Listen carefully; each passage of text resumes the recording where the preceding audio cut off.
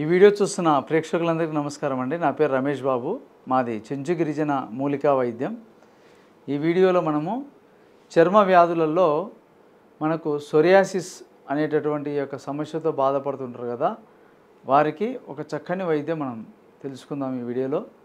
అయితే సోరియాసిస్ అనేటటువంటి ఈ యొక్క సమస్య మనకు ఎందుకు వస్తుంది అంటే, చాలామందికి వాతపిత్త కఫంలో అధికమైనటువంటి వేడి శరీరతత్వం ఉంటుంది వాళ్ళకు.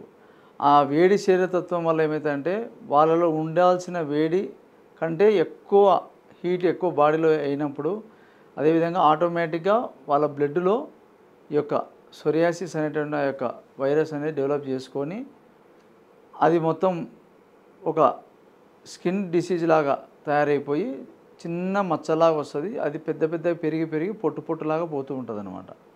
ఇదేమంటే చేప గద పొట్టు ఎట్లయితే మనం పొలికి తీసేట్లయితే పోతుందో ఆ విధంగా పొట్టు పొట్టులాగా లేచిపోయి మొత్తం ఎర్రగా దద్దుల్లాగా అయిపోయి మొత్తం దురద పెట్టి అది తలలో రావచ్చు, చేతి మీద రావచ్చు, బాడీలో ఎక్కడైనా కానీ డెవలప్ కావచ్చు. దీని ద్వారా ఏమంటే శరీరంలో వాళ్ళలో ఇమ్యూనిటీ పవర్ తగ్గిపోతుంది.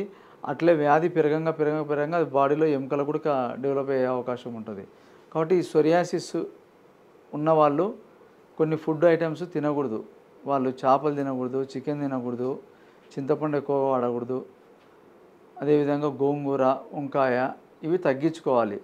తగ్గించుకుంటే రోగం అనేది వచ్చింది కంట్రోల్ అవుతుంది, పూర్తిగా పోదు, కంట్రోల్గా ఉంటుంది పెరగకుండా.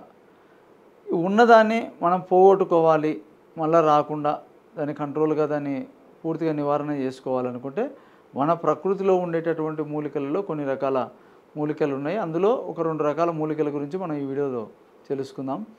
అయితే ఈ యొక్క సోరియాసిస్ అనేటటువంటి ఈ యొక్క సమస్యకు మన ప్రకృతిలో ఉండే మూలికలలో పలవరేణి, ఈ పలవరేణి అనేటటువంటి యొక్క మొక్క అడవి ప్రాంతాలలో ఎక్కువగా ఉంటుంది. ఈ మొక్క ఆకులతో వైద్యం మనకు. ఈ ఆకులు పూలు కూడా తీసుకోవచ్చు. ఈ ఆకుల్ని ఏం చేయాలంటే, మనము ఆకుల్ని చిన్న చిన్న ముక్కలుగా కట్ చేసుకొని ఆయిల్లో వేసుకోవాలి. ఆయిల్లో వేసుకొని దీన్ని మనము ఒక 4-5 రోజులు పెడితే ఆయిల్ అనేది తయారవుతుంది. దీంతో పాటుగా మనకు ముళ్ళ సొన, ఈ విధంగా ముళ్ళ సొన అనేది ఉంటుంది. ఈ విధంగా ముళ్ళ సొన అనేటటువంటి యొక్క మొక్క ఈ విధంగా ఆరబెట్టుకుంటే ఈ విధంగా డ్రై అయిపోతుంది అన్నమాట. ఈ మొక్క ముళ్ళంతా ముళ్ళు ఉంటుంది.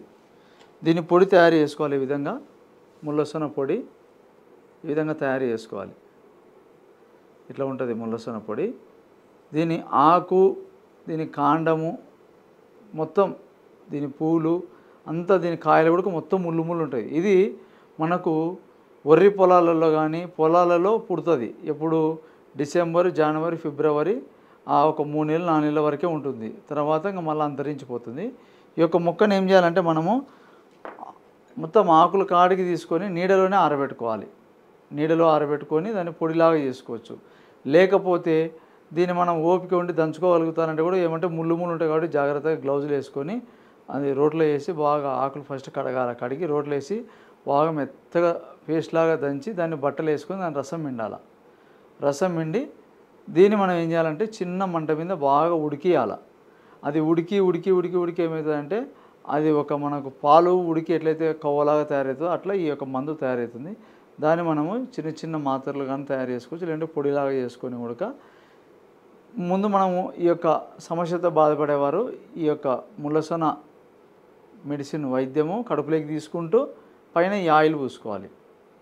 ఈ కడుపులోకి తీసుకునే మందు ఎట్లా వాడాలంటే, ఉదయం భోజనం చేయకముందు పరగడుపున కొద్దిగా నీళ్ళల్లో ఈ పొడి ఒక చిటికెడు అంటే 3 ఏళ్ళకు వచ్చినంత తీసుకొని ఆ నీళ్ళలో వేసుకొని, లేకుంటే స్పూన్ అయితే చిన్న స్పూన్తో పావు స్పూన్ అంత పొడి వేసుకొని నీళ్ళలో కలిపేసుకొని పొద్దున సాయంకాలం 2 పూట్ల తాగాలి.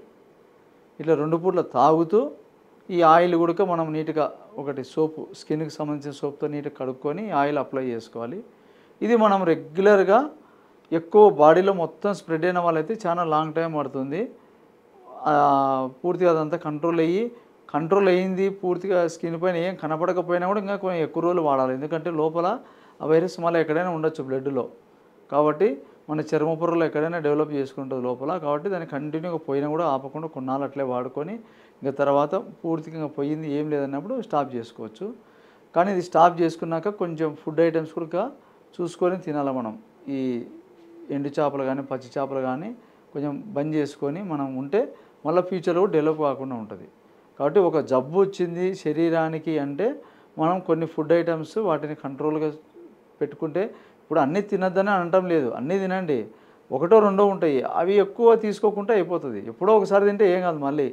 కాబట్టి ఈ విధంగా మనం పాటించుకుంటూ ఈ విధంగా ఈ ఔషధ మొక్కలు మనం తెలుసుకొని ఈ ఒక సొరియాసిస్కే కాదు, ఇది చర్మరోగాలు ఎన్నన్నా కానీ, తెల్లబొల్లి మచ్చలకు కానీ, అదేవిధంగా కొంతమందికి ఒళ్ళంతా దురదలు పెడుతుంటే అలర్జీలాగా, ఇట్లా అన్ని రకాల చర్మ వ్యాధులకు అద్భుతంగా పనిచేసేటటువంటి వైద్యం ఇది.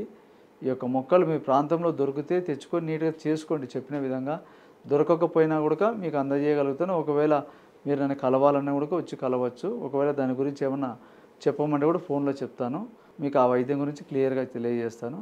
కాబట్టి ఈ వీడియో చూసి మమ్మల్ని ఆదరించినందుకు మీకు నమస్కారం.